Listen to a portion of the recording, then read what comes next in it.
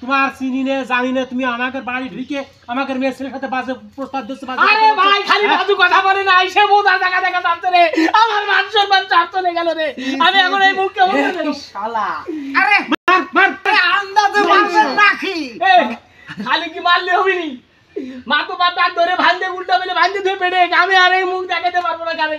এই যে ভাই, হ্যাঁ আমার একটু ক্ষতি দিলে আমি খুশি। আচ্ছা তো বলেন না পরে আরে কি আর বলবি? দাঁড়া না শুনে দেখি কি করতে চাইছ। আবার কি করতে যাবি? মোদা জায়গা দেখতে চাইছ, আবার কি করতে যাবি? আচ্ছা দেবে যাও।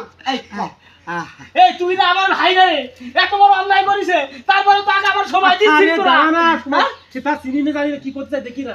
ভাই এই চিনিস না জানিস না দেখাই তো মোদা জায়গা দেখা যাচ্ছে তোর বাড়ি। তুই এখনো চুপ আছিস? এই খুলে কও কি করেছো? বন্ধ হয়ে গিয়েছে। হ্যাঁ বন্ধ হয়ে গিয়েছে।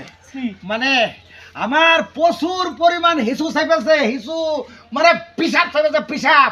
ভাই আমি এই জন্য আপনার এই বউ না ভাবি হয় জানি না, এই জন্য ম্যাডামের কাছে করছি আমি হিসু করবো। আপনাদের হিসু খানা কোথায় একটু দেখান তো, আপনারা কিভাবে আন্দাজ ফান্দাজ। আপনি আমার বউয়ের কাছে দেখতে চাচ্ছেন কিসের জন্য? ভাই অশান্তি জ্বালায় আমি কাউকে পাইনি, তাই বললাম।